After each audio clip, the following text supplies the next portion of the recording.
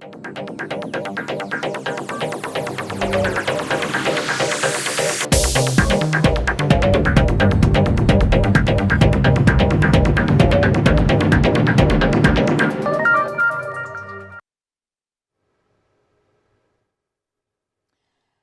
good morning from Jakarta, Indonesia. This is TVRI World's breaking news. I'm Siska Becker. I'll be here with you as we give you the latest updates about the rising tensions in Gaza since the first attack on October 7th by Hamas.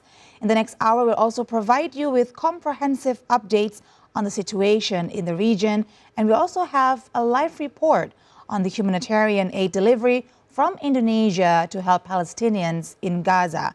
And later, we'll also be discussing the latest issue with our guest and international relations observer. But for now, let's begin with our first report. The Indonesian government will be sending humanitarian assistance for Palestinians in Gaza today. The aid is a collection of aid from the government and a number of humanitarian agencies that will be sent via Halim Perdana Kusuma Airport. The aid will land in El Arish in Egypt, which then will be transported to Gaza. Ministry of Foreign Affairs spokesperson Lalu Muhammad Iqbal said the Indonesian government will be sending off the assistance today. The aid will be sent on board two planes, Hercules and Airbus Cargo, which will be sent off by President Jokowi. Iqbal added the government will make sure the assistance will reach Gaza through El Arish Airport in Egypt. Upon its arrival in Egypt, the Indonesian Red Cross, together with Egyptian Red Crescents and the International Red Cross Committee or ICRC, as the only organizations that are permitted to enter Gaza. Agencies that have contributed in collecting this assistance for Palestinians in Gaza are the Indonesian Red Cross, that have provided aid worth 2.9 billion in the form of health kits, gensets, and oxygen tanks. Meantime, the Indonesian Humanitarian Alliance or IHA had collected assistance from the general public totaling up to 5 billion rupiah that were distributed for Gaza in stages. The first aid, IHA distributed aid in the form of instant food packages, blankets, and also sleeping bags. Then the National Amil Zakat Agency or Basnas also helped collected funds to ease the sufferings of Palestinians in Gaza worth more than 10 billion rupiah. Bahwa semangat solidaritas bangsa kita ini besar sekali kepada saudara-saudara di Palestina. Nah, ini juga in the form of medical tools, sanitation, food, sleeping bags, and equipments for winter, totaling 30 tons. The humanitarian aid were collected from the Health Ministry, Agriculture Ministry, Indonesian Red Cross, Basnas, Forum Zakat, and they're all meant to assist Palestinians in Gaza. This was said by Chief of Public Relations of the Secretary General of the Defense Ministry, Brigadier General Edwin Adrian Sumanta in Jakarta on Thursday.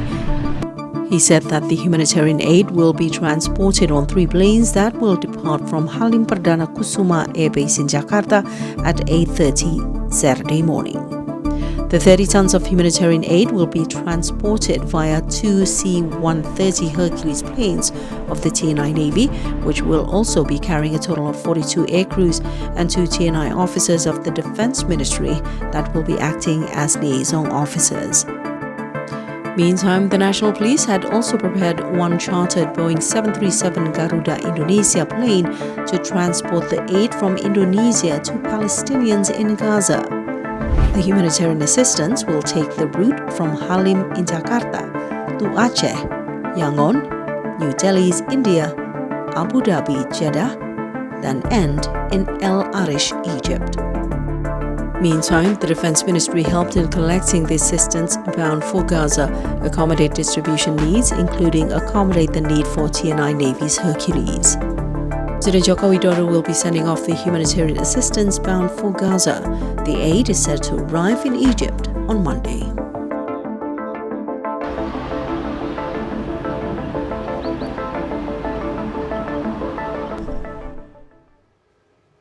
Indonesia is sending humanitarian assistance for Palestinians who has been affected by the Hamas-Israel conflict in Gaza.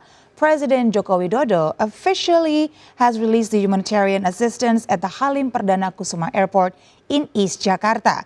To know more about the Israel-Palestine conflict, as well as the much-needed humanitarian assistance, we will now talk with Tia Mariatul Kiptia, faculty member on Middle East Studies, International Relations Department of BINUS University. Good morning, Mbak Tia. Thank you so much for dropping by in our studio. Okay, good morning, Mbak Siska. Welcome. All right, Mbak Tia, while we talk and discuss and hear your professional assessment on the latest situation in Gaza, we'll also be informing our viewers about the latest situation in Halim Perdana Kusuma Airport, as we are getting ready to send that much needed assistance that is meant to help the Palestinians in Gaza. So we're just going to make sure that I think we do have some visuals right now. Just going to make sure with the team, if you want to go to the airport first, to Halim Perdana Kusuma, to check on the latest situation. Now, while we wait, there we go. We can actually see the actual aid now being packed as we speak right now at Halim Perdana Kusuma Airport. As we mentioned earlier, that the total aid, which consists of medical supplies, food supplies, and also winter supplies, because of course now the climate is getting colder, so they do need extra facilities that can assist that the them. Palestinian need, Okay, so maybe as we now getting the visuals, and we'll be telling you more about what the situation in Halim Perdana Kusuma Airport. But Tia, could you give us first now to start off our conversation about your assessment and opinion on how this conflict is now going over for almost 4 weeks now since the first attack on October 7th. And it seems that the escalation hasn't been dropped. It's been actually escalating further and further. And we've seen atrocities after atrocities done in Gaza. What do you make of this? Is there any chance of this conflict, getting resoluted soon? Okay.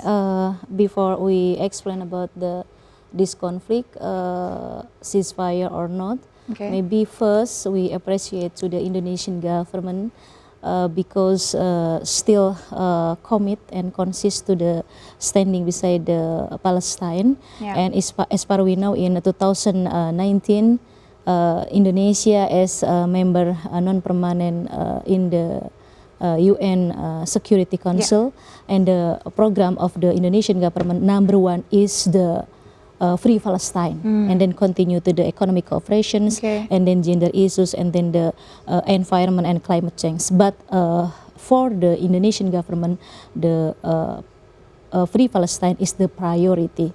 And we can see now the Indonesia finally deliver to the humanitarian aids to the Gaza. It's our pleasure, Mbak Siska, because maybe the Palestinian in Gaza need to the humanitarian aids, but maybe the humanitarian aids from the Indonesia to the Gaza and directly to the arrive in Gaza, because the Israel only allowed for the 3 groups, ICRC, and then maybe the second is the from the UNRWA, and then the third from the foundation from Egypt. And based on the statement from the former Vice President Bapak Yusuf Kala, maybe the aid, humanitarian aid via the ICRC. So because the Israel is very strict for the all humanitarian reliefs enter to the Gaza, Mbak Siska. Okay. Now, before we talk more about how Israel is conducting itself during this conflict and how the international community have also positioned themselves, I want to go back to Indonesia's position. in this conflict. As you know, just a few days ago this week, Ibu Retno Marsudi, our foreign minister, has put out a strong statement at the UN, again confirming, reassuring Indonesia's position to support Palestine to gain their independence. And she also said in that statement that the root of the cause is, of course, Israel's occupation on Palestine. Now, do you agree with the statement? Do you think there should be more that can be said? Have Indonesia done enough in the international community to position themselves as, supporters of Palestine? I guess the foreign policy of the Indonesian government about the Palestine issue never changed, maybe forever, Basiska, because according to the Ministry of Foreign Affairs, always state the Indonesia cannot open diplomatic relations with the Israel, except the Israel will approve the Free Palestine. And the Ibu Retno Marsudi state in every forum, in international forum, including in the UN, always state the Indonesia asking to the Israel to do two-state solutions, and if the Israel cannot approve that the Indonesia that they want, Indonesia never open diplomatic relation with the Israel. It is different with the Arab countries, because the 2019 United Arab Emirates and then Bahrain open diplomatic with Israel. Different with the foreign policy of Indonesia. Well, that's interesting actually to see the dynamics in the Middle Eastern region with this latest clash. It's surprise, because the Bahrain and then United Arab Emirates and the last issue, Saudi Arabia. The Kingdom of Saudi Arabia also try to normalize relations. Normalize relations and approach to the Israel. And according to the MBS, because the diplomatic relation maybe can pressure the Israel to free Palestine, and then maybe can cooperate each other. Has this latest clash affected, though, the efforts from Saudi Arabia and also from Bahrain to, normalize the relations? Of course, now everything is not the same as 2019 and 2020 when those agreements were made. I think after the attack from the Hamas launching a rocket, 5,000 rockets for the Israel, I think the policy of the MBS will change. Because the MBS state in many media, in Arab media, that Saudi Arabia blames to the Hamas and Israel both. I think it is fair because for example, the Indonesian people think the Arab countries always beside the Palestinian, but finally we can see Saudi Arabia state and blame to the both groups, Hamas and Israel also. Very interesting actually to see all these developments from the region. Now, just before we continue our conversation, just going to remind our viewers that we just heard news that the president will be arriving soon at Halim Perdana Kusuma Airport to release the humanitarian aid from the government of Indonesia. And we've also heard that our foreign minister, Ibu Retno Marsudi, has also arrived there at the airport to check the humanitarian aid and to make sure that the preparations for the ceremony will be ready. So as we see now at the airport, we see military personnel, security personnel, all getting ready to welcome our president.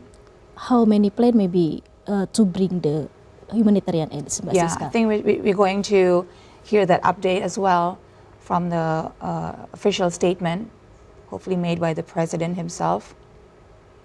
We hear that the total weight of the humanitarian aid is 30 tons. 30 tons of humanitarian aid. I think it is big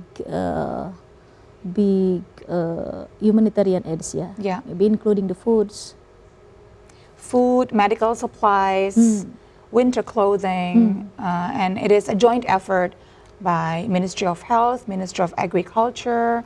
We have also Basnas joining in and Rumah Zakat as well. So as you can see, this really symbolizes Indonesia's commitment to always be a friend to Palestine, and hopefully they will receive this safely. Never and they change can the use policy, it. Like the Arab countries. We've been steadfast in our position. That's true. Now, as we wait for further developments from the airport, but maybe we can return to the Middle Eastern region dynamics Yeah. concerning the conflict between Israel and Hamas.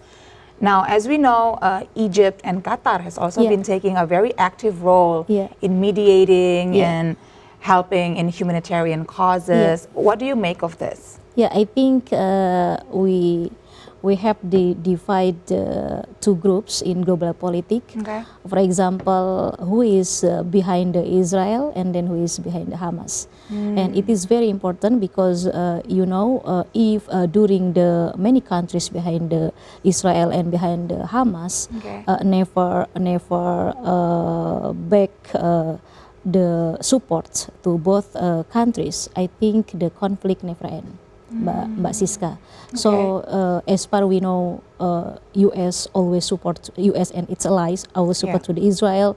And for example, Prime Minister of the Britain when the attack from the Hamas to the Israel and On October 7th, on October 7th, and Rishi Sunak suddenly state that the UK behind Israel.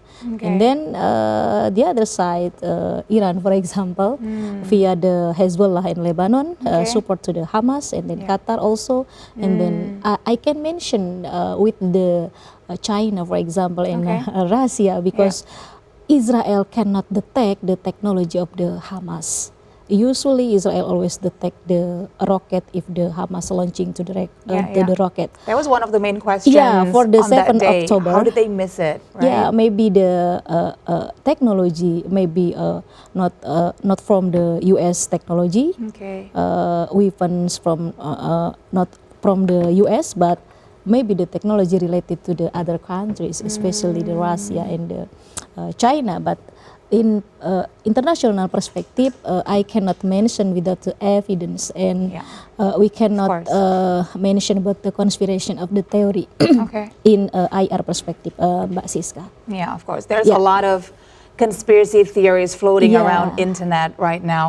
But I want to go back to a statement that you made about unwavering support from the U.S. to Israel. We know that Israel has been receiving the unconditional support, I would say, from U.S. throughout the years, even when a large chunk of the international community have band together to put sanctions through the UN for, the violations made by Israel. It was always U.S. that backed Israel and sometimes vetoed the resolution.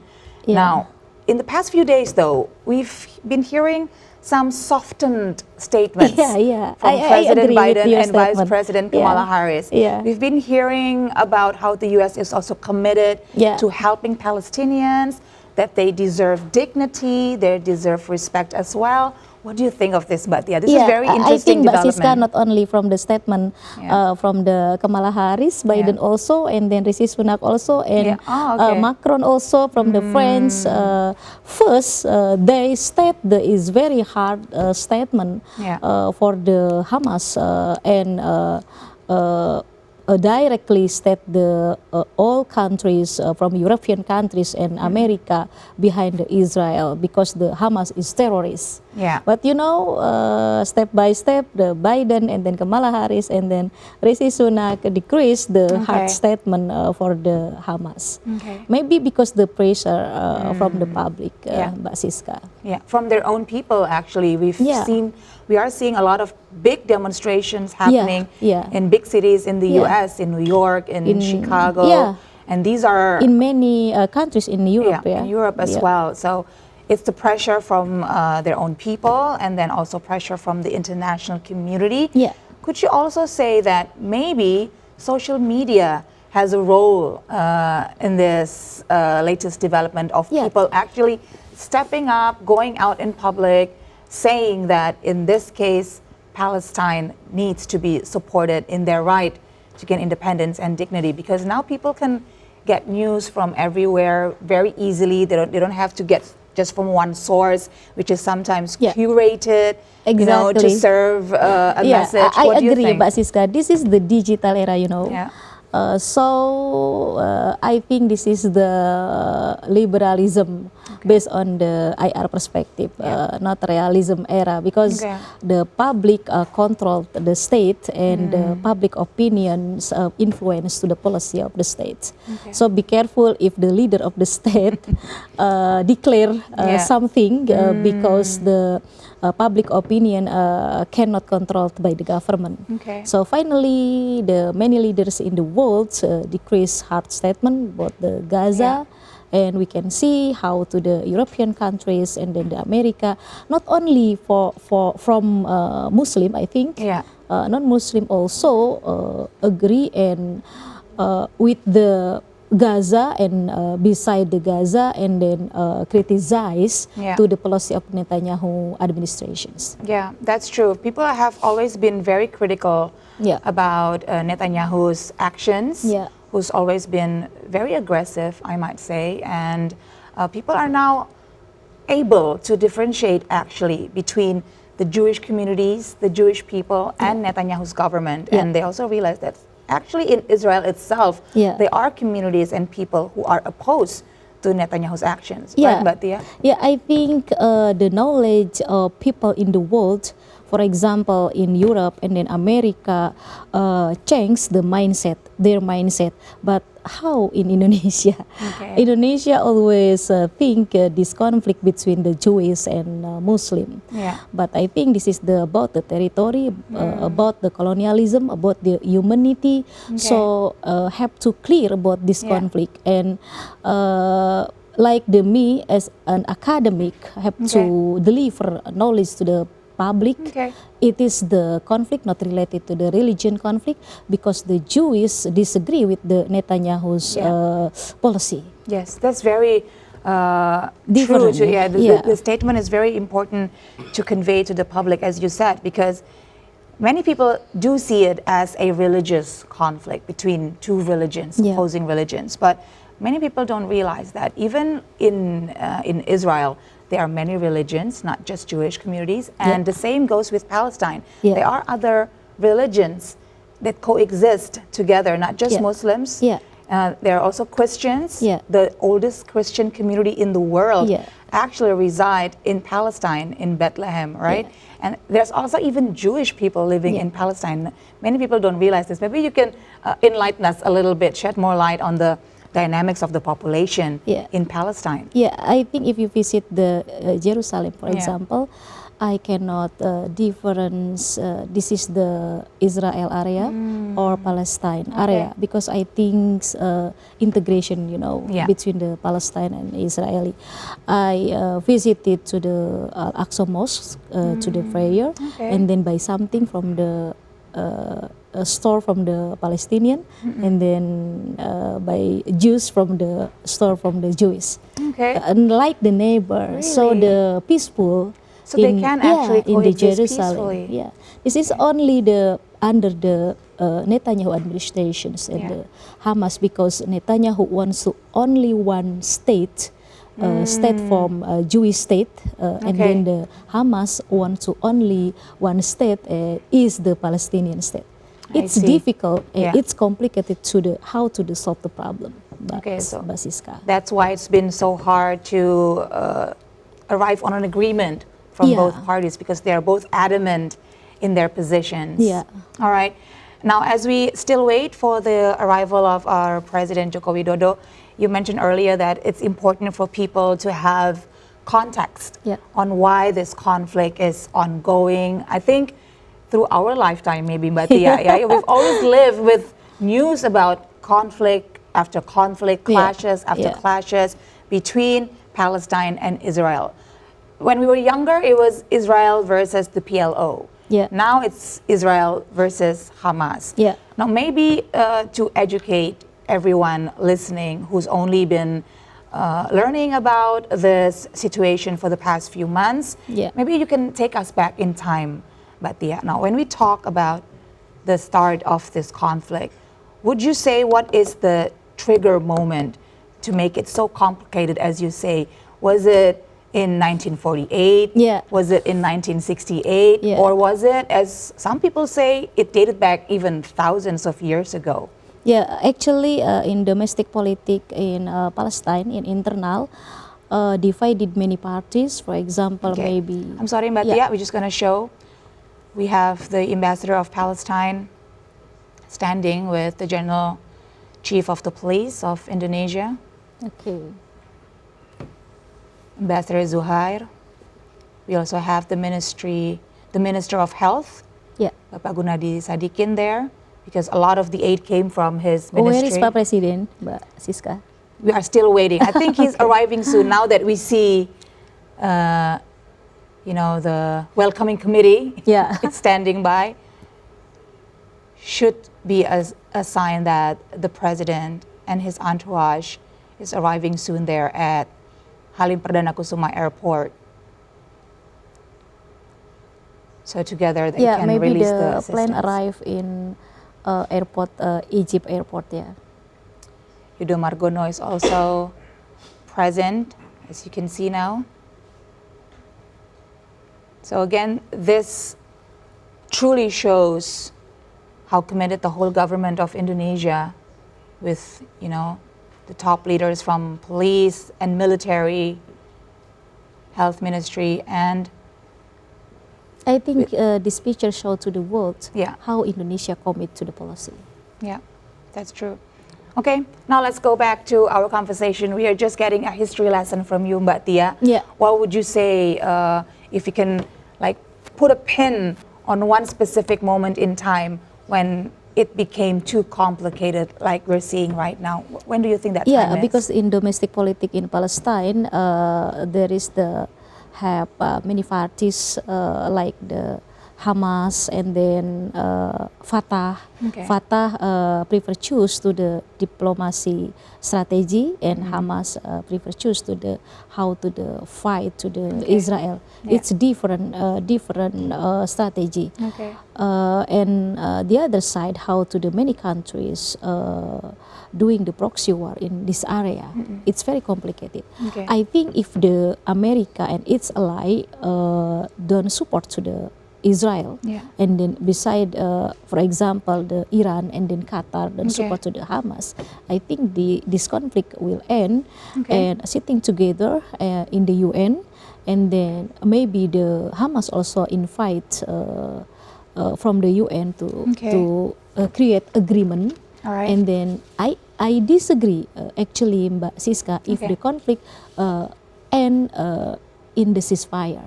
Okay. But have to continue to how to the free Palestine, because only okay. ceasefire, Hamas will attack again and Israel feedback again. You know, We in understand. 2007, Yeah. Hamas launching rocket to the Ashkelon, Yeah. Ashkelon like the grassland in the Israel, and Okay. empty victims.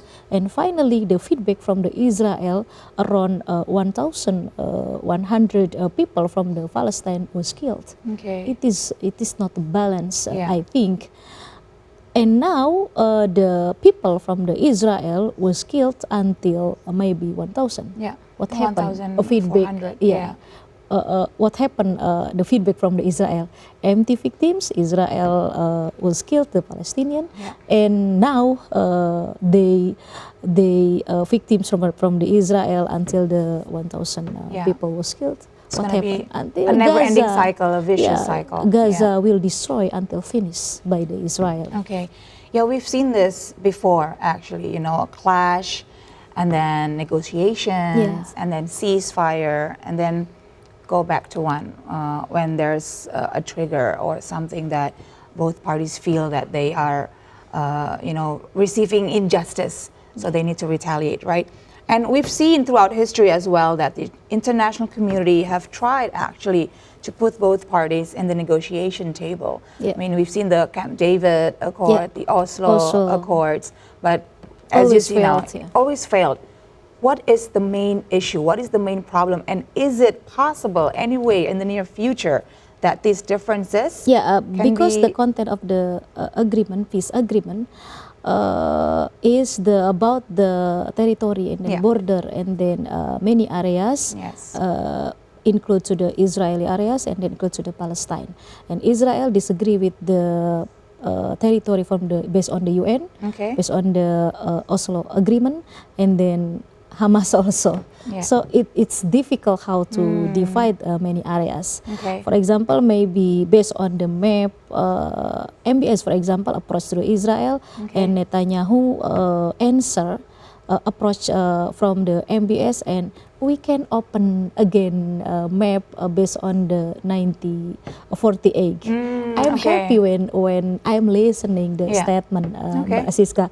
But that was the statement from the Israel. Yeah. But finally, because the accidents destroy again and back to the zero again, how to create peaceful in Palestine, and how to create the free Palestine according to Indonesian government that they want. It's difficult because from zero again.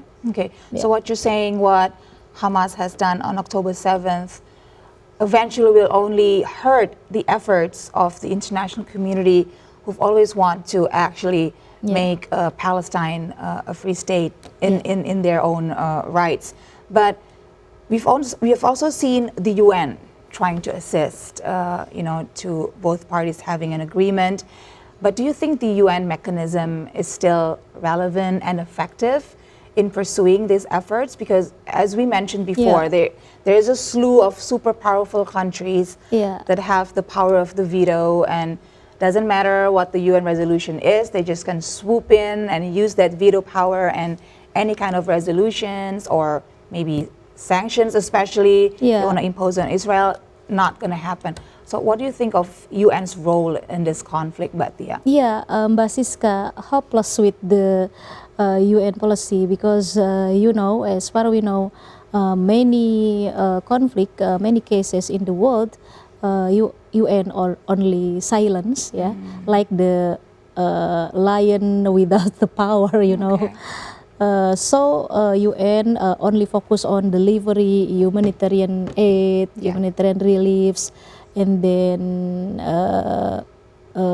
absolutely UN, initially UN have to mediate, have to mediate, especially for the tensions between Israel and Palestine.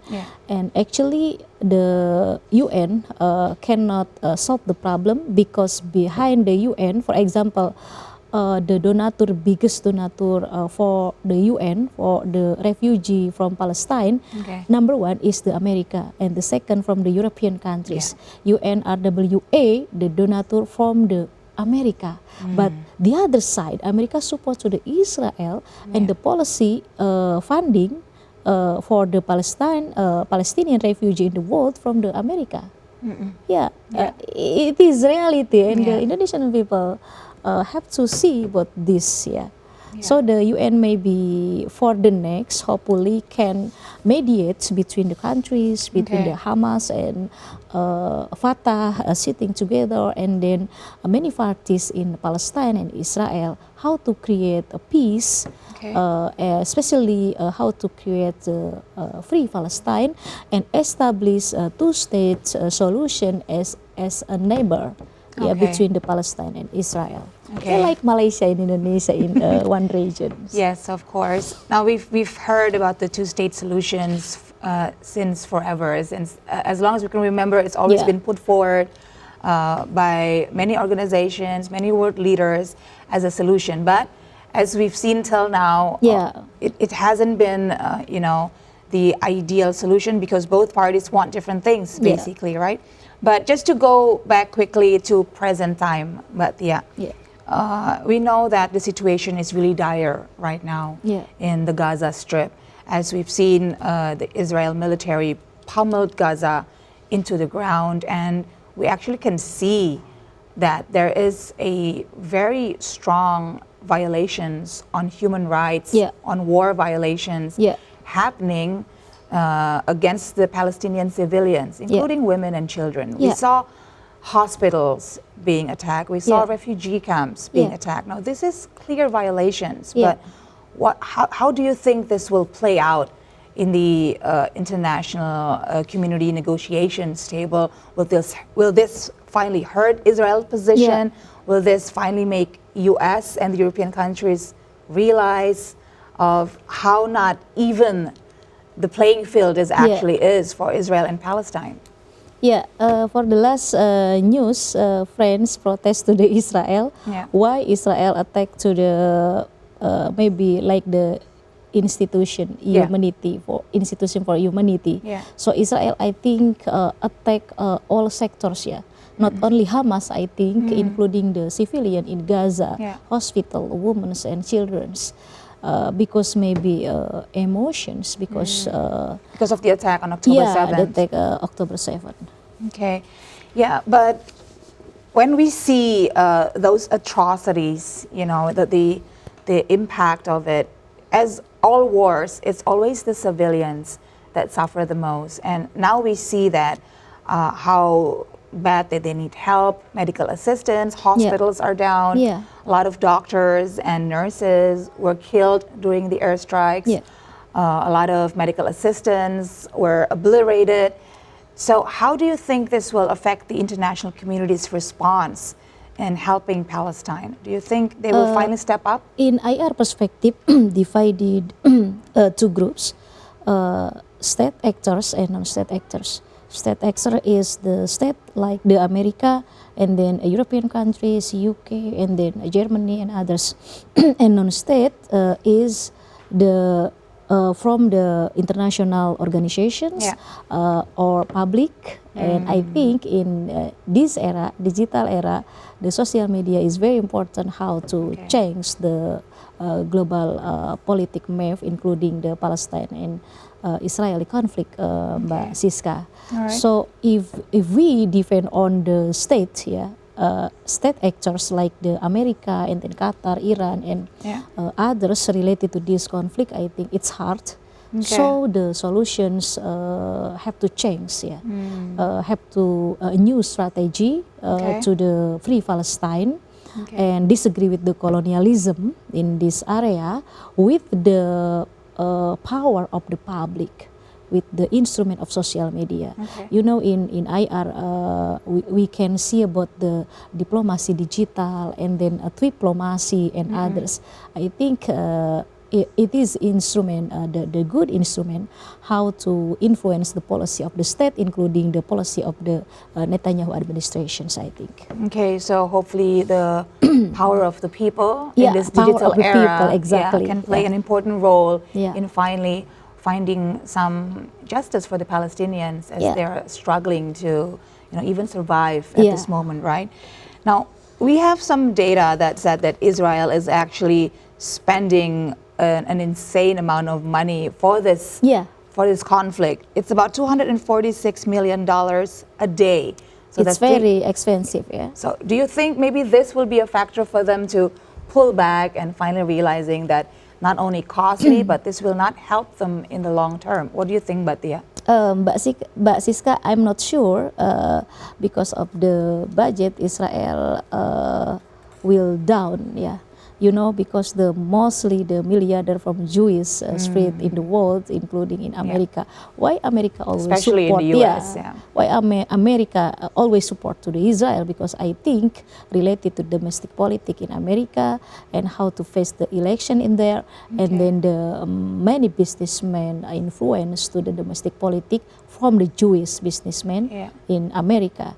I think it is hard how to the stop to the war without the involvement from many countries, especially biggest countries in the world, because we know that the war need budget, but I think for the Israel it is not problem, because the businessmen from the Jewish spread in the world, because they will dominate, they will get all perpetual sectors. funding from like countries. the boycott product almost in Indonesia, so the product from the Israel or the businessmen Jewish, And the Jewish diaspora around the world, especially in the US, which actually is an effect from the Second World War that made them disperse, and it also caused some of them to go back to the land which they want to establish, they want to build the state, Jewish state. And Britain offered to the Argentina area, but the Rothschilds reject, Okay. reject the Britain Al-Tur Balfour, Yeah. and then asking to the Palestinians area Okay. based Yeah. on the Alkitab. Yeah. That's another interesting piece of history. I would like to discuss more about that, but let Okay. me just go back quickly to our news item as we also wait for developments from the Halim Perdana Kusuma Airport. But for now, we'll tell you more about the next item in news. Ministry of Foreign Affairs confirms 4 Indonesian citizens and 1 Palestine citizen have been evacuated from Gaza Strip, Palestine on Friday morning. 4 Indonesian citizens and an Indonesian citizen's wife of Palestinian citizenship were evacuated by a team from Indonesia Embassy in Cairo early Friday morning. Minister of Foreign Affairs Retno Marsudi told a media conference in Jakarta on Friday at around 12 a.m. Jakarta time on November 3rd. 4 Indonesian citizens and a wife of one of them had been evacuated from Gaza and have arrived in Rafah. Retno added the Indonesian embassy team was with the evacuated Indonesian citizens. She said further that she communicated with the team at around 4 a.m. on Friday and been informed the Indonesian citizens and their team were on their way to Cairo at the time. Minister Retno described evacuation for the 4 Indonesian citizens and 1 Indonesian citizen's wife was not an easy process after unsuccessful evacuation attempt on November 1st to the 2nd. On November 1st, the Indonesian citizens tried to go to Rafah but had to return because of highly unfavorable situation due to the Israeli strike. The Indonesian embassy team tried to evacuate them again in the morning of November 2nd, but to no avail as the situation did not permit as yet.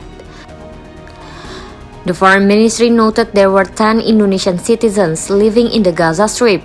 With the latest evacuation of the 4 Indonesian citizens, there are still 3 Indonesian citizens in the conflict area.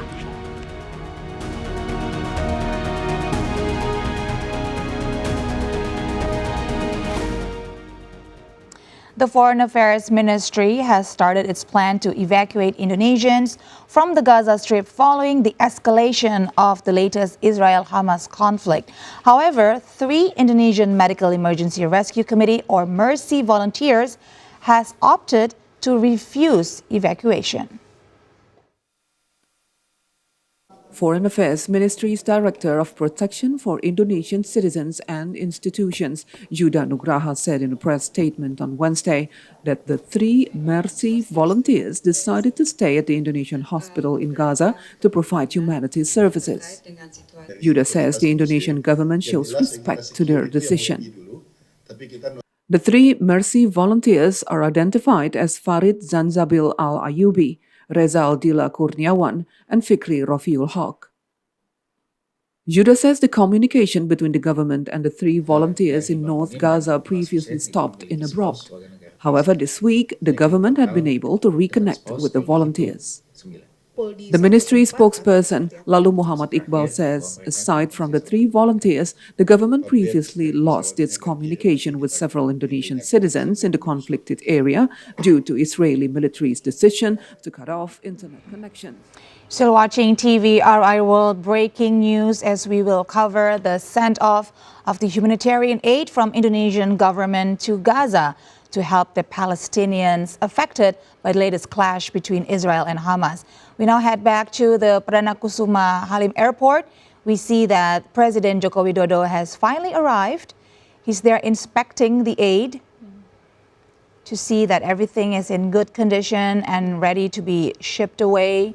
We saw the airplane earlier, the military facility, ready to take in.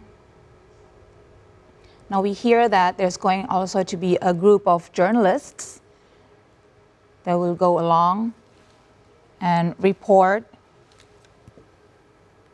the journey that will be made by the aid. No, but yeah, as we can see, the president has finally arrived at Halim Perdana Kusuma Airport, accompanied there by Ibu Retno Marsudi, our foreign minister, again signaling the strong commitment from our government, our steadfast position of always being a friend to Palestine, especially in their time of need. Now, but yeah, this is the last stretch of President Joko Widodo's government before he hands it over, to the next administration after the general election in 2024. How do you think he will use this time, to strengthen his position in the global community as a world leader, reaffirming Indonesia's position? Do you think he will make the most of it? I think your question is similar like that I means because this picture it's good for Indonesia, you know, because good position in the global politics, how Indonesia show to the world where is the position of Indonesia of this conflict. Deliver the humanitarian aids via Egypt, and then commit and consist beside the Palestine. But excuse me, let's hear what our president has got to say. President Joko Widodo.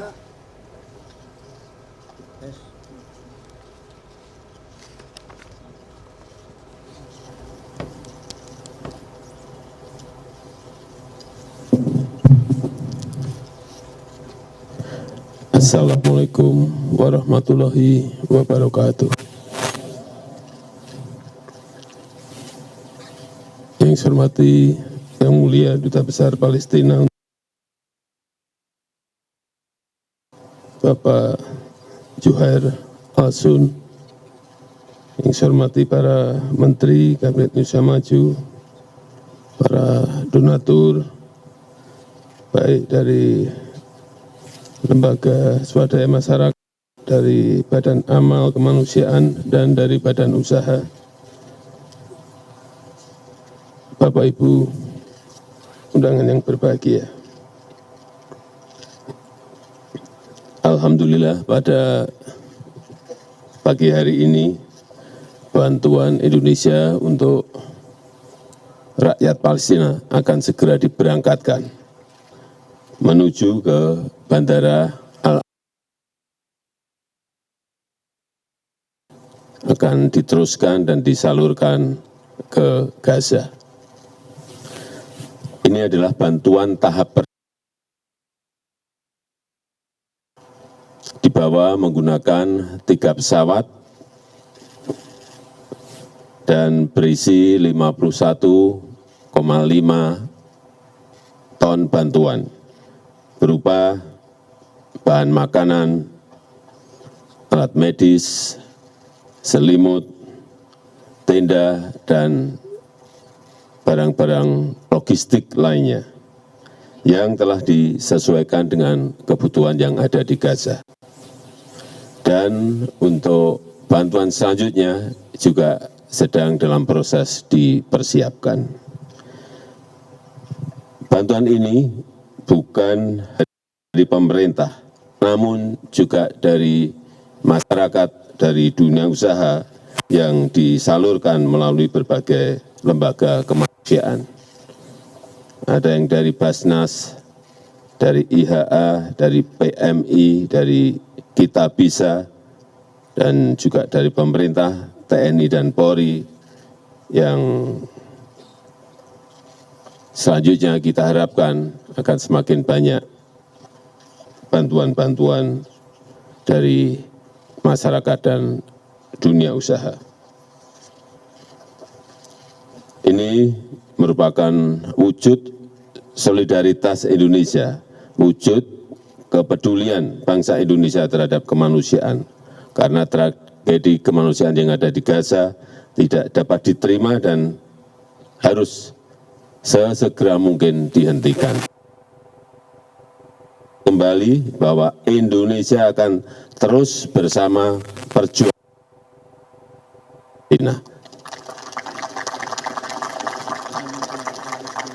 Terima kasih. Wassalamualaikum warahmatullahi wabarakatuh.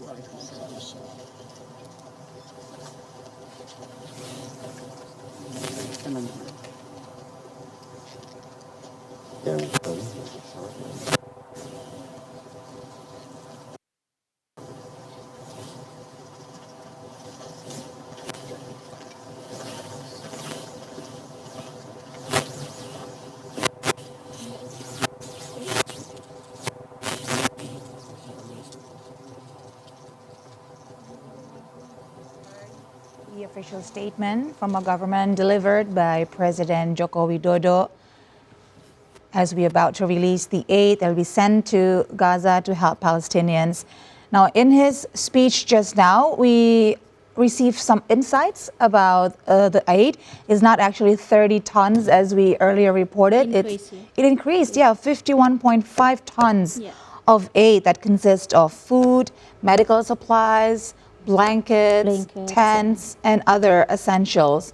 And he also mentioned that the next batch of aid is actually being prepared and is going to be sent off to Palestine soon. So more aid from Indonesia is coming. This is not the only one that they'll receive. And that this aid is also a combination from our government and also from the people of Indonesia.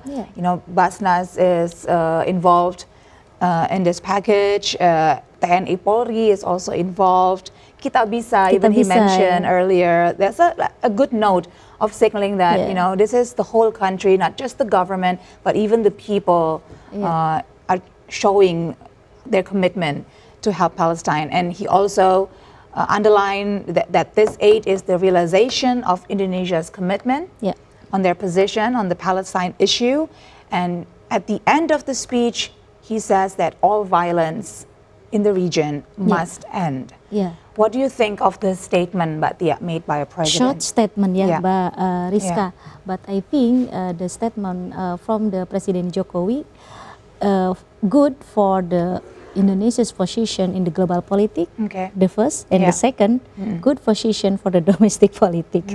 Because, you know, for the next, we have to elections, and then as far as we know, the Palestinian issue always influence the domestic politics in Indonesia.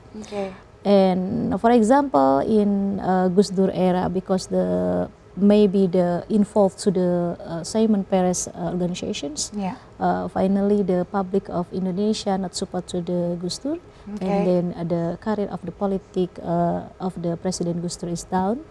And this is the maybe the like the learning for the next administrations. By period to period, Indonesia always support to the Palestine. So these conditions good for the global politics and then good for the domestic politics. It's going to be interesting to see, you mentioned the general election, it's going to be interesting to see how the candidates will use this issue as well, you know, to gain favor from the public. As you said, this is a very popular issue for Indonesian. They feel a very strong affinity to Palestinians. And it's very big impact to the result of the elections. If the leader or candidate president refer to the Palestine and support to the Palestine, I think the popularity will increase significantly. So this is the good strategy from the President Jokowi.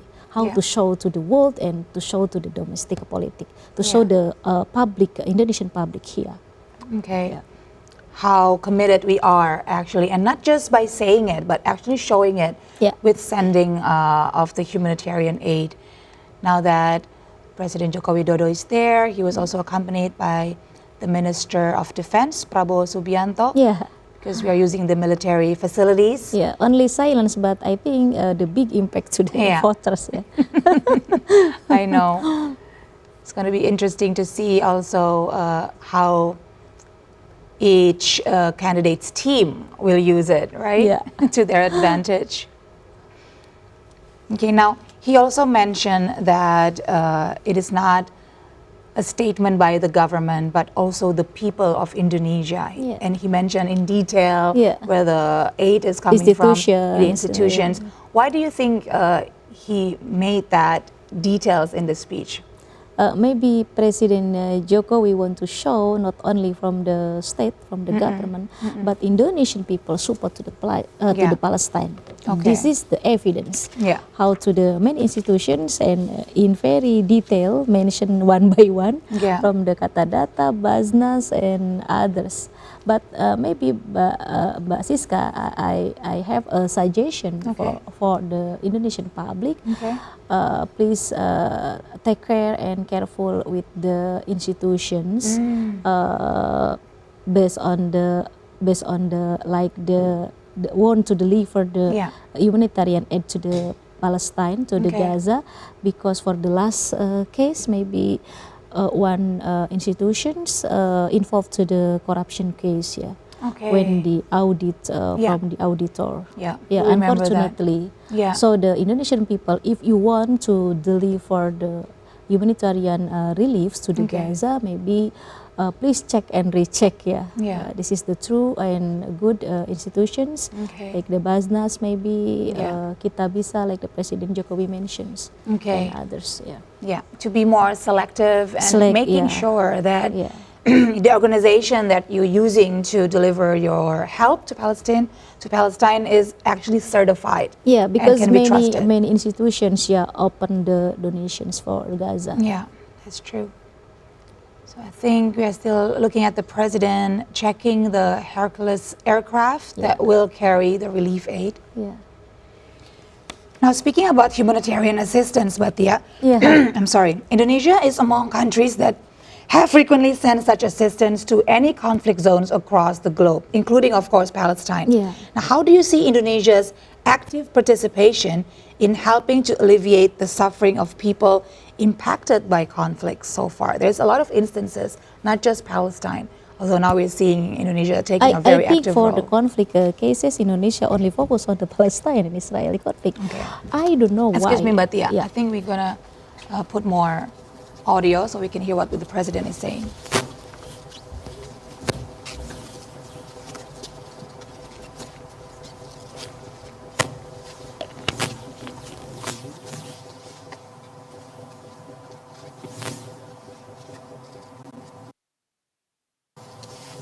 Get back to President Joko Widodo is saying right now, but please continue with what were you saying before, with how Indonesia is playing such an active role in providing humanitarian assistance to many conflict areas I in the think world. for the humanitarian reliefs, Indonesia only focus on the Palestine-Israeli conflict.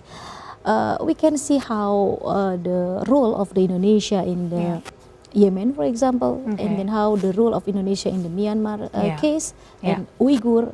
I think the human right is happened in China, for example, because of the case of the Uyghur.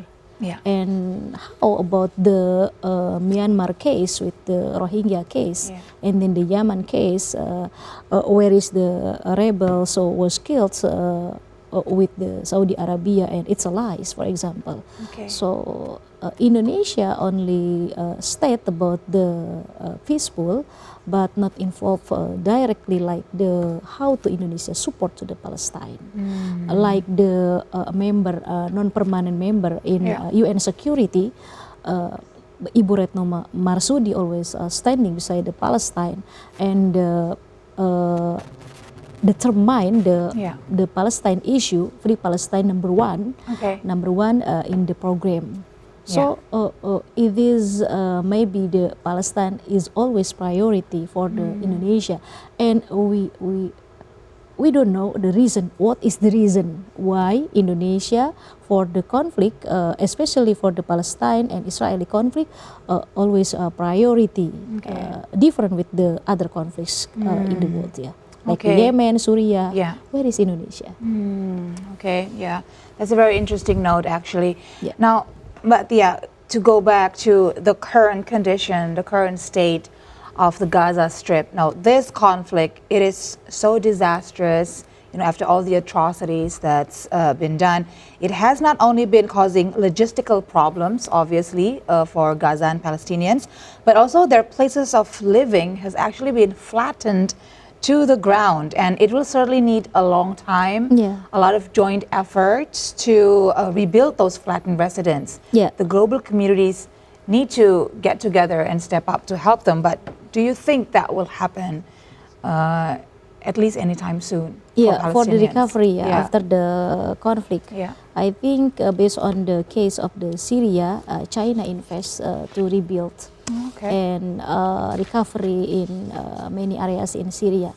But we don't know with the Palestine after the ceasefire, for example, how many countries involved to the rebuild and recovery in Gaza.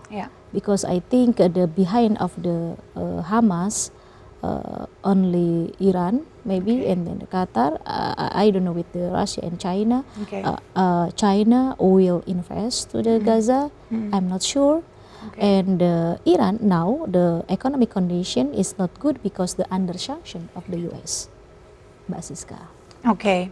Now, Mbak Tia, we're now going to go back to the airport at Halim Perdana Kusuma because TVRI World's Rahmat Idris is actually also there, and he witnessed the arrival of our President Joko Widodo, and he will be a part of the envoy that will see the aid get sent off to Palestine. We're just gonna make sure if Rahmat is ready to report to us. Rahmat Idris, please tell us about the condition there at Halim Perdana Kusuma Airport. Go ahead. In the balmy morning at the tarmac of the Halim Perdana Kusuma Airport. This is also the base ops of the Indonesian Air Force. And just moments ago, we all witnessed how President Joko Widodo of Indonesia has made the final inspections of the two aircrafts, the Hercules C-130 behind me, standing by, all geared up to bring over 51 tons of humanitarian supplies and aids for Gaza. And at this point, it is certain that they are making the final preparations, just the final batch of aids and assistance that are still left here in the parking lot of the airport to be put into the aircraft. And as we already been informed by the Secretariat, particularly by the Ministry of Foreign Affairs of Indonesia, this is going to be a 2-day journey for these vessels to carry the humanitarian supplies all the way to Egypt. And from Halim Perdana Kusuma Airport here in Jakarta, the two aircrafts of Hercules will fly over to the western most tip of Indonesia, the province of Aceh. A quick stop over there before continuing on to Myanmar for a quick refueling, and then after the quick transit, moving away to the airport of Indira Gandhi over in New Delhi, where also the necessity of refueling and a quick layover for the crew and the team of the aircraft will also take place over in India. And right after India, the Hercules aircraft will continue on to the international airport of Abu Dhabi in United Arab Emirates, and then the final transit will be in Jeddah, Saudi Arabia, before making its way into its final destinations at El Arish airports over in Egypt. And just to note the fact that the El Arish airport in Egypt is a little over an hour away by car from the airport to the Rafah crossing, and it's been planned, it's been organized by the Ministry of Foreign Affairs alongside the Indonesian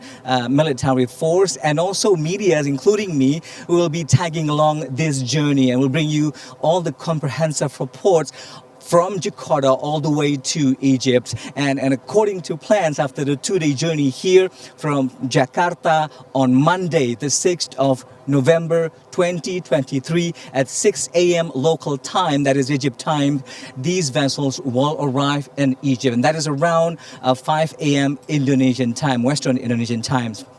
And also to note the fact, Siska, that these are some of the basic necessities that have been requested by the Gazans, by the organizations that have been organizing these aids into Gaza. And the biggest question is, will it make its way to the very side, the refugee camps that are in total and in dire need of these assistance? Well, the questions remains on the air up to this point, because we've had our conversations with representatives of the Ministry of Foreign Affairs saying that by the time it arrives at El Arish Airport in Egypt, these aids, these supplies will be handed over to the Egyptian Red Crescent, which is one of the 3 main agencies that have been granted authorities to distribute, to disburse aids for the Gazans. And from the El Arish airports, the Egyptian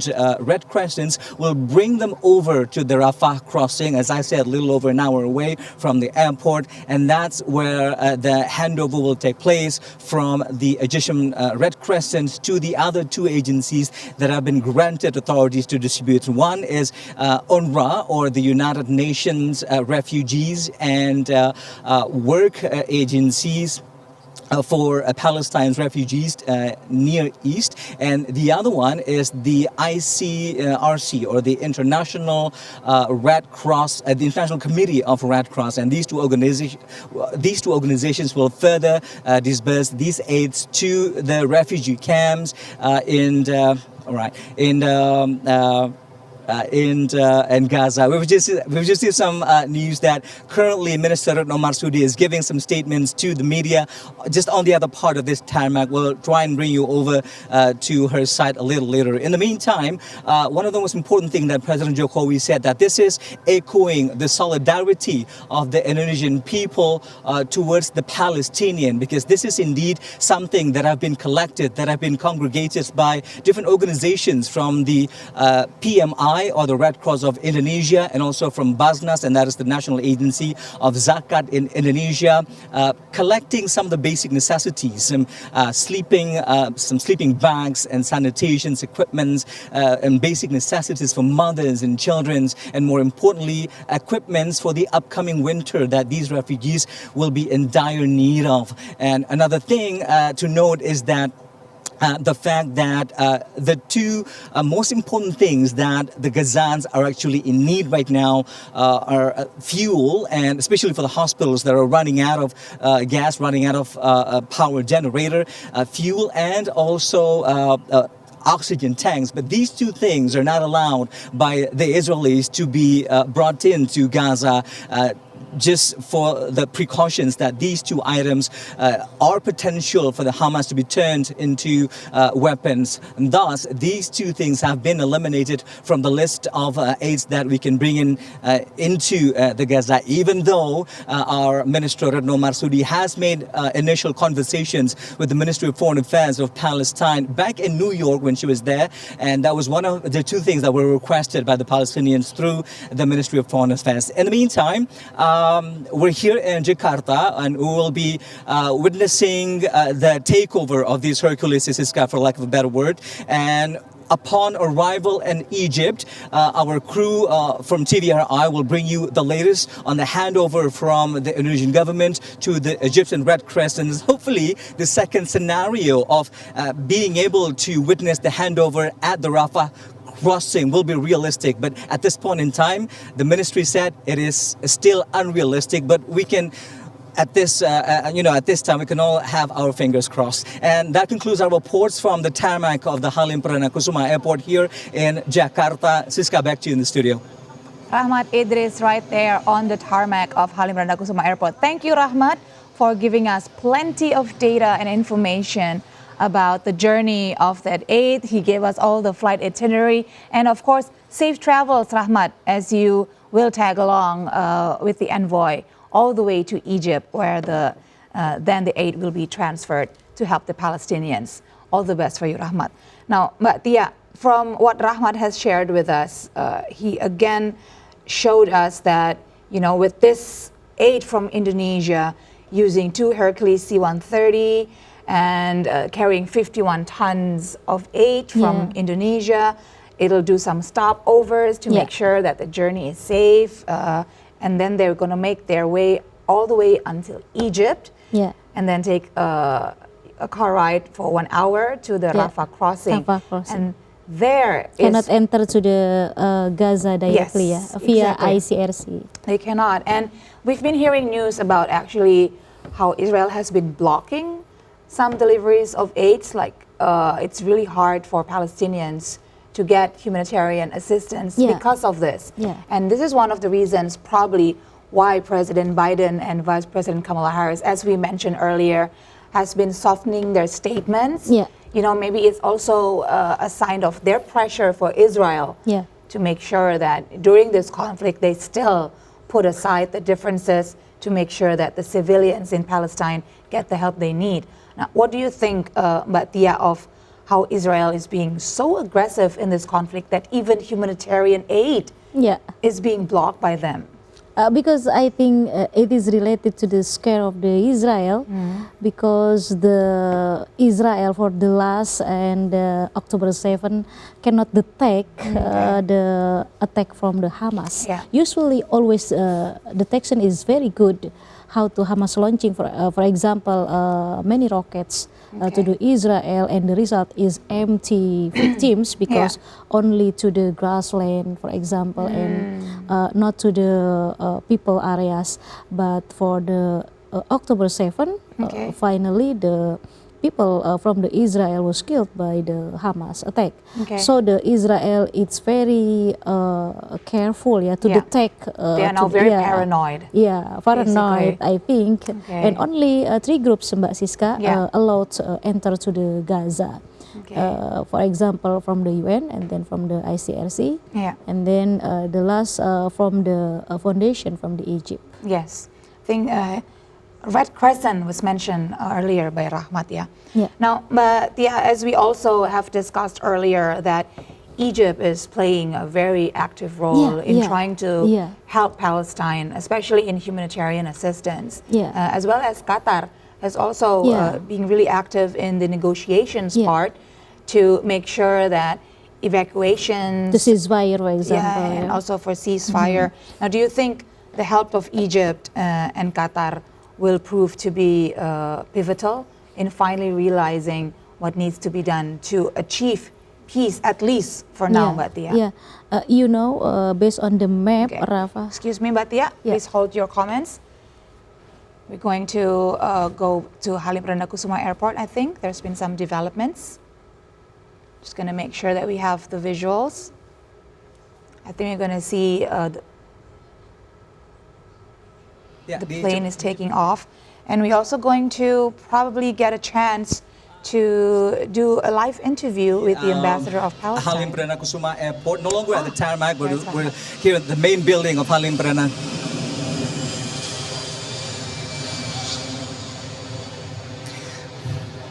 Yeah, hi Siska. We're still here in the main compounds of Halim Perdana Kusuma Airport as we witness the final preparations of the 2 vessels of Hercules C-130 for the series A1327 and A1328 about to depart and making its final preparations. I am extremely honored to be standing here with the ambassador of Palestine to Indonesia, His Excellency Zuhair Al-Shuna. Assalamualaikum, Your Excellency, Mr. Ambassador. Thank you so much for your time. We know that you're about to leave the airport and to still make your time to talk to us. This is we're currently live on TV Our World. Your Excellency, the 2 Herculeses are ready to depart to bring some of the basic necessities, things that our Palestinians are most in need right now.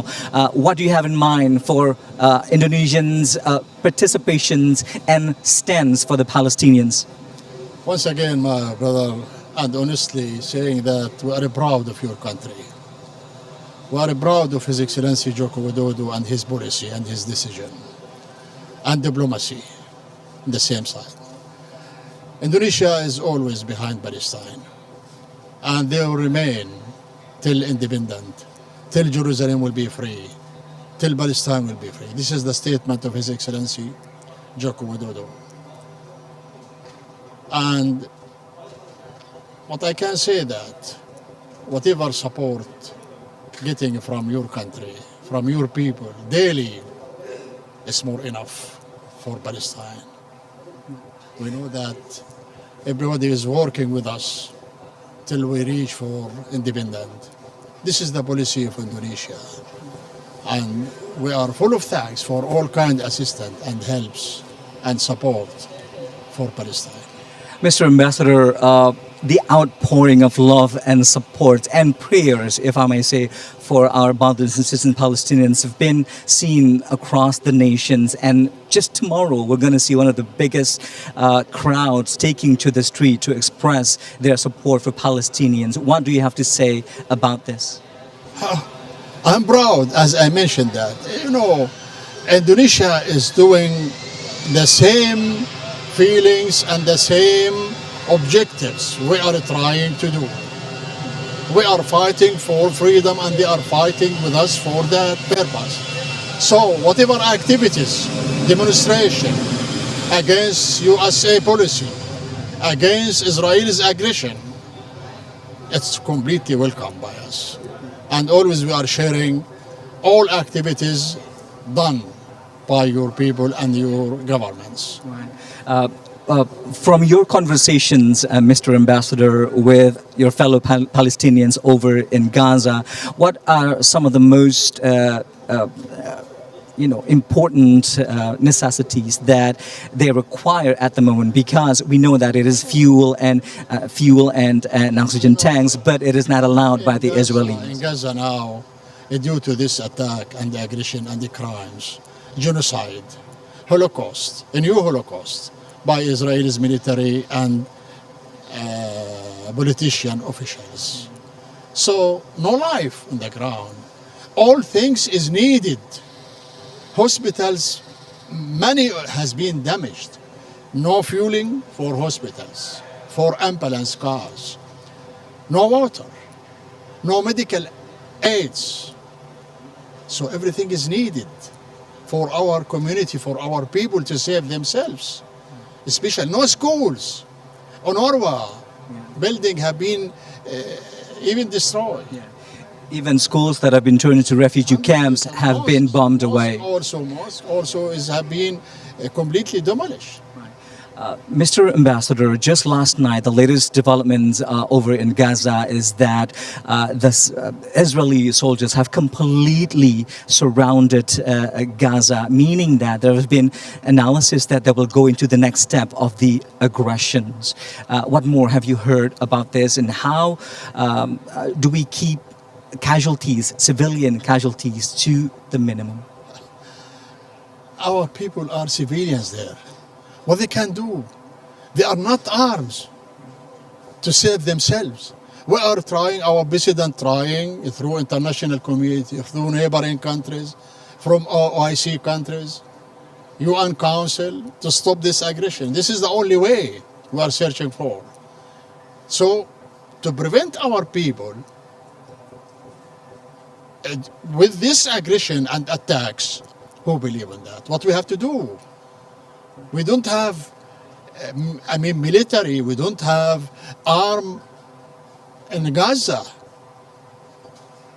to fight face to face with Israel. Yeah. So this is the situation. Right. Mr. Ambassador, just now, President Jokowi said that this is only the first and the initial assistance on behalf of Indonesian people. What is your expectations for the next assistance coming in from our country? With the message that they are going to work for another and another. This is Indonesia. We appreciate it. We appreciate it, and full of thanks for your people who are daily coming to my embassy, visiting and giving support and solidarity. And many who are also sending aids to Palestine. This is Indonesia. Thank you very much.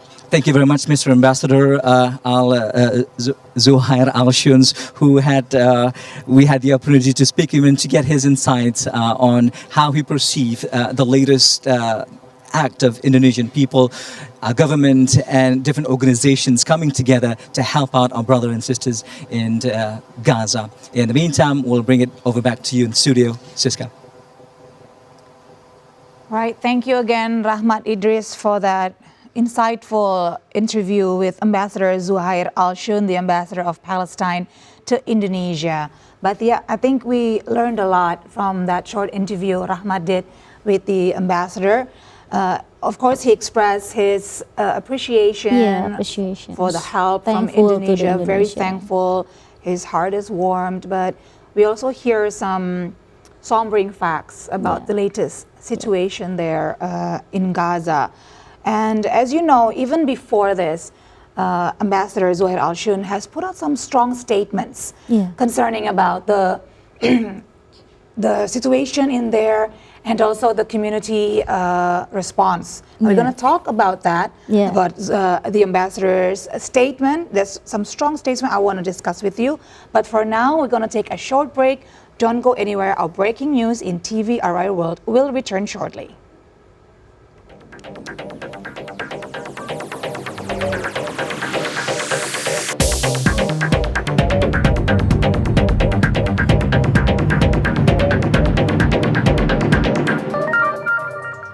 Welcome back to TVRI World's Breaking News. Still with me, Siska Becker. Now, before I continue my conversation with our guest today, Mbak Tia Mariatul Kiptia, faculty member on Middle East Studies International Relations Department of BINUS University, I'm going to give you the latest update about the response from Indonesians, especially the foreign policy communities. Dino Patijalal, founder of Foreign Policy Community of Indonesia, or FPCI, has called for a ceasefire in Gaza Strip, as stated in the United Nations resolutions. Speaking at the evening reflection event held at the Palestine Embassy in Jakarta on Thursday, Dino Patijalal said, unfortunately, Prime Minister of Israel Benjamin Netanyahu rejected the idea of ceasefire and committed to continue its military operation in Gaza. Repeated attacks by Israel have resulted in the death of over 10,000 people in the Gaza Strip. Dino Patijalal believes that the international system, especially the United Nations Security Council, needs to be reformed given the frequent size of veto power by some members in the context of conflicts like Ukraine and Palestine. On the same occasion, a student from President University, Saifullah Yusuf, also voiced his support for Palestinian independence by quoting the principles of the 1945 Constitution's preamble that emphasized of eradication of colonialism as one of the aspects of justice and humanity.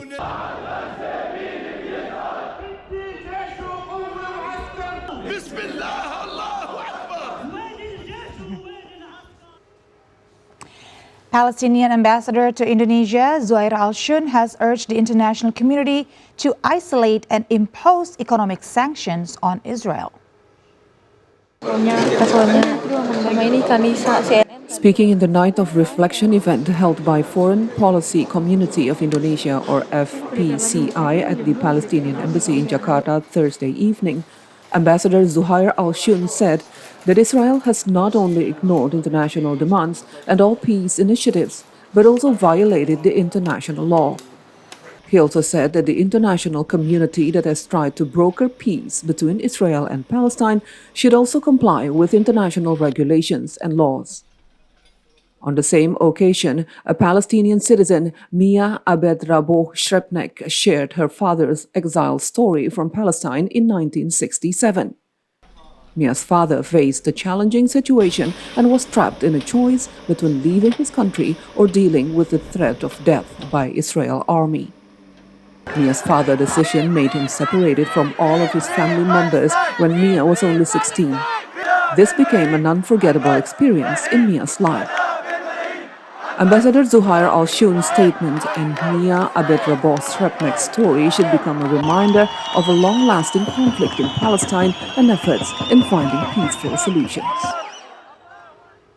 As for Indonesia's response, the Foreign Affairs Ministry has been making efforts to pressure Israel to put an end on its attacks on the Gaza Strip. On Friday, Foreign Affairs Ministry spokesperson Lalu Muhammad Iqbal said that many efforts are done by Indonesia to pressure Israel to put an end on its aggression on Palestinians in the Gaza Strip. On Friday, Foreign Affairs Ministry spokesperson Lalu Muhammad Iqbal said that many efforts are done by Indonesia to pressure Israel to put an end on its aggression on Palestinians in the Gaza Strip. Iqbal added Indonesia's major form of sanction towards Israel is that it never acknowledges Israel. Iqbal went on to say when a number of Islamic countries opens diplomatic ties with Israel and they convince Indonesia to do the same, but Indonesia stood to its grounds that it will never acknowledge Israel until Israel acknowledges Palestine's territory. A number of Muslim countries like United Arab Emirates and Bahrain recently normalized ties with Israel through Abraham Accord. And long before that, Egypt and Jordan did the same thing through a similar accord. Despite not having diplomatic ties with Israel, Iqbal said Indonesia still has indirect trade relations with Israel via a third party. Iqbal said Indonesia could not send trading goods directly to Israel as it needs to pass a third country. Now, to give you a historical context of the ongoing conflict in Israel, here's a timeline list of major attacks carried out by the Israeli forces on Gaza since 2005, when it withdrew from the Gaza Strip. Let's have a closer look.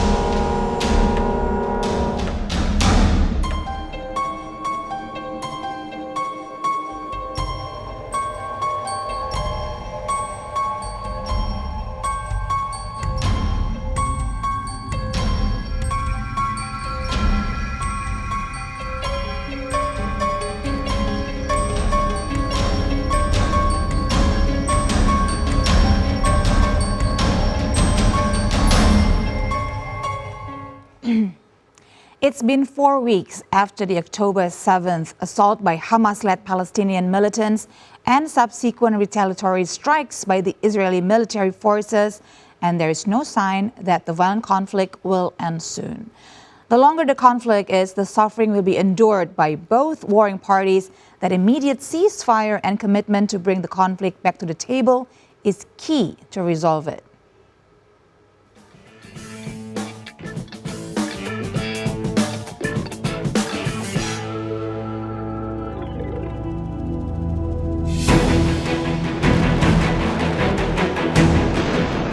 An armed conflict between Hamas-led Palestinian militant groups and Israeli military forces began on October 7, 2023, with a Hamas attack on southern Israel that killed 1,400 Israelis. Israeli military forces responded with retaliatory strikes against Palestine's Gaza Strip, killing over 8,000 people, including more than 3,000 children, and an invasion of Gaza. The current conflict, which the Israel government declares as a war, is the fiercest since 1973 Yom Kippur War and the fifth war in the Gaza Strip. A total of 6,000 bombs were dropped by Israel during the first 6 days of the conflict, more than the amount used by the United States over an entire year of operations in Afghanistan, and double the number of bombs employed by US-led coalition against ISIS over 1 month. Fears of a humanitarian crisis have heightened since Israel cut off food, water, electricity, and fuel supplies to Gaza, which had already been blockaded by both neighboring Egypt and Israel. Israel urged 1.1 million Gazans to evacuate northern Gaza, while Hamas called on residents to stay in their homes. The UN reported that around 1 million Palestinians, nearly half of Gaza's population, have been internally displaced. The history of Israeli-Palestinian conflict traces back to the late 19th century, when Zionists sought to establish a homeland for the Jewish people in Ottoman-controlled Palestine, a region roughly corresponding to the land of Israel. We return now to get visuals from the airport Halim Perdana Kusuma as the plane now will take off to carry the humanitarian assistance collected by our government and also many public organizations, help directly from Indonesian people. This is one of the Hercules C-130 that will take the 51 tons of aid all the way to Egypt, then carried on land to Rafah crossing before it makes its way to the Gaza Strip, where help is immediately needed for many Palestinians suffering from endless pummeling of Israeli military forces.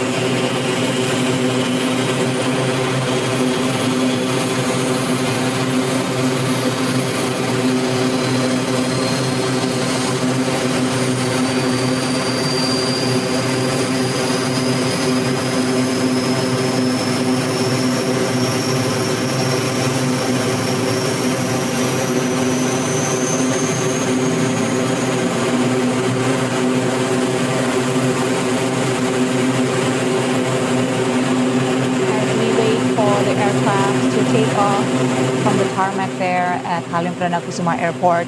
Let's return to our conversation before the break, after Rahmat Idris had a conversation himself with Ambassador Zuhair Al-Shun.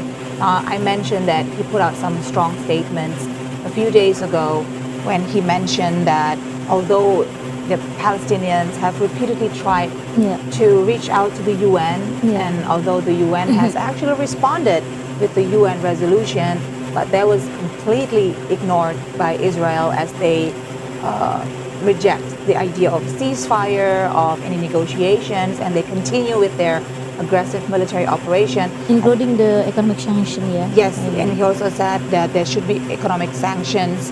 I want to talk to you also about that. And during that press conference, the ambassador said that the UN has failed. That's a very strong statement indeed. What do you make of it? What do you think of that? I said the UN like the lion without the power, because almost all conflict in the world, the role of the UN is zero, including in Palestine and Israel conflict. So if the Palestinian depend on the UN, I think it's not solutions, because the biggest country, America and its allies, European countries, is the biggest donator for the Palestinian refugee, and UN only deliver maybe to the humanitarian aid, like the international organizations. So for the decisions, the UN didn't brave to the good solutions for this conflict. Okay. Now, as you mentioned, the ambassador based on the photos, maybe, Mbak Siska, the photos in the UN for the ceasefire, 145 countries, and then abstain around the 40 countries, and these conditions maybe show to the how the UN maybe like the didn't have power to the solution for the Palestinian Israel conflict. It does make people wonder about the effectiveness and relevance of the UN mechanism, because back when the UN was made, because I see what the aircraft take off to the you don't want to miss the exact moment when the airplane is taking off. Indeed, I think it's making its way now, getting ready to just take off. We're gonna show you every little bit detail as it is. Front of our country, Mbak Siska. It is front of the government, front of the Indonesian people. A sign of solidarity between because Indonesia focus and on the humanity. Exactly. Now, as you mentioned before, Ambassador Zuhair Al-Shun has actually stated that there needs to be economic sanctions on Israel put out by the international community, especially powerful countries, big economies. But you also mentioned earlier that economic sanctions would not actually deter the ability of Israel. It's failed, and I think the America. So what kind of sanctions? What kind of because you know the policy of the America is standard ganda. Double standard. Double standard, because you know, for example, America for the Iran case, for the nuclear case, give the economic sanctions until 70 years, and for the criminals war for the Israel is it's taking off now, but a proud moment for Indonesia as we are making our way as one of the countries that truly show solidarity with our brothers and sisters in Palestine who are truly in dire assistance of humanitarian aid. Their condition is depleting because all essential means are being blockaded by Israel.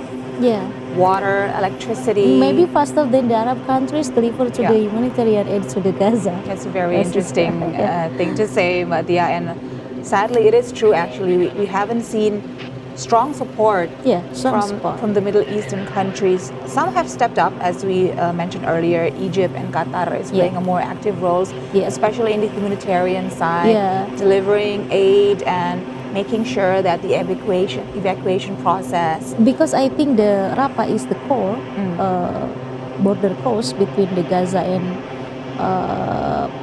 overseas. Yeah, yeah. If the Egypt close to the border, I think finish Gaza. Yeah, they understand their vital role in this. That's why they are offering their services, and we are definitely thankful for how Egypt is helping Palestine in this. Hopefully they can also play a more active role during the negotiation process too.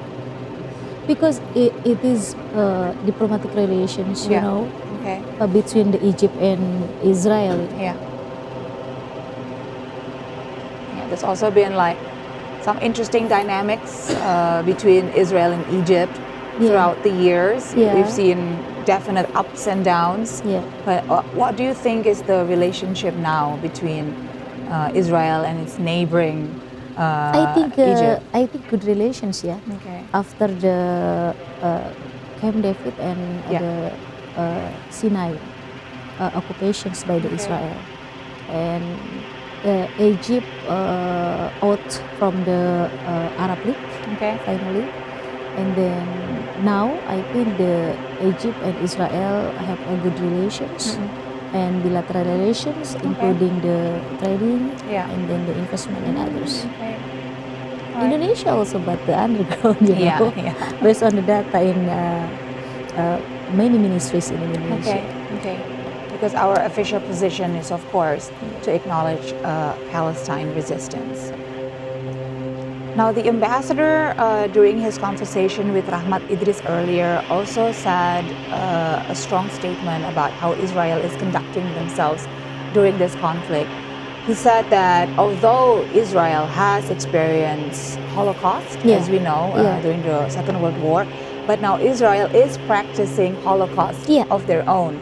So he's saying that practically Israel is doing genocide right now. I agree with this statement. Palestine. Now, I think everybody can see that that is actually being done by Israel. We see the attacks. We see how the residential buildings all pummeled down. We see how the refugee camps were attacked. So clearly there is actually until finish the ethnic of the Jewish, which is a subscription of genocide. Will this be finally the line that is drawn by the international community against Israel? I think the solutions depend on the international community and the public. And then just now you said about the instrument of the media, how to influence the policy of the states. Because the UN, I think it's failed, ignore, and then how to the America and many countries in the world ignore also about the sanctions for the Israel. So the solution is how to fight these conditions via media, maybe Mbak Siska, and international organizations. But I think we're seeing the planes finally taking off all the way to Egypt to carry the assistance from our government. Alhamdulillah. Safe travels to everyone, including our media colleagues as well. Now, before we end our breaking news session this morning, Batia, you mentioned earlier off the camera to me that you actually spent a month living in close vicinity in Israel and Palestine. Could you tell us shortly, briefly, what was the experience like? It's different. Maybe someone or Indonesian people have to visit to the Palestine, and we can see how to peaceful in there without the conflict. And I cannot select. I standing in Israeli area. Or I'm standing in the Palestine area, because I think same areas with the border. And then I visited to the, for example, the store of the Palestine, the restaurant of the Palestine. And then for the other night I visited to the store of the Jewish. So the very peaceful three religions, Christian and then the Jewish and then Islam. And different with the context of the conflict arrive in Indonesia. Yeah. So you see for yourself they actually can Yeah. coexist And mostly together the Israeli peacefully. Muslim are from the Sunni, not Shia. So Okay. I'm comfort because Yeah.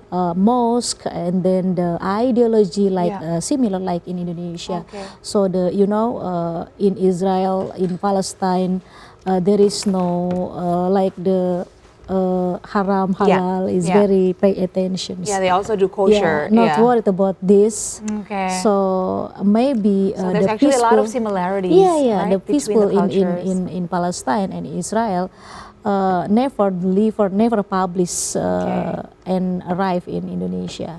Okay. So Indonesia always think this is the conflict between Yeah. the Jewish and the Islam. Yeah. And how to about the Palestinian until around 24% Okay. in Palestine and protect to the land Yeah. from the occupation from Yeah. the Israel, but from the Christians. And never arrive this news to the Indonesia. Okay. Thank you so much for highlighting that. All right, I think it's time for our conversation to end. So Yeah. please, could you give us your closing statement, maybe a recap of your assessment of everything you've seen so far during our live coverage Hopefully from free Halim Perdana Palestine, Kusuma. yeah. Please, Mbak Tia, anything else to say? Maybe the last statement. Yeah. The first, hopefully not only ceasefire, Okay. but all countries in the world continue to the free Palestine. Okay. And then the second, maybe Indonesia cannot open diplomatic relations, but Indonesia have a role to mediate, to negotiate all countries in the UN, in OIC, for example, negotiate with Arab countries, negotiate with America, because Indonesia have good relation with America, with Qatar, with Iran, with Arab countries. Yeah. How to solve the problem, how to create the free Palestine. Okay. So hopefully the power of diplomacy Yeah. will finally put an end I to this prefer choose to never-ending the conflict. diplomacy strategies in the war. Okay. Because the civilians in Gaza, in Israel also is a victims. All right. Thank you so much, Mbak Tia Mariatul Kiptiah, faculty member on Middle East Studies, International Relations Department of BINUS University. Thank you for dropping by, for sharing with us your time Yeah, welcome, Mbak and your Siska. insights. Hopefully we'll get to see you soon on future programs on TVRI World. And that is the end of our breaking news session this morning. Thank you so much for joining us. Do stay tuned to TVRI World for further updates about the latest situation in Gaza. Thank you for watching and goodbye.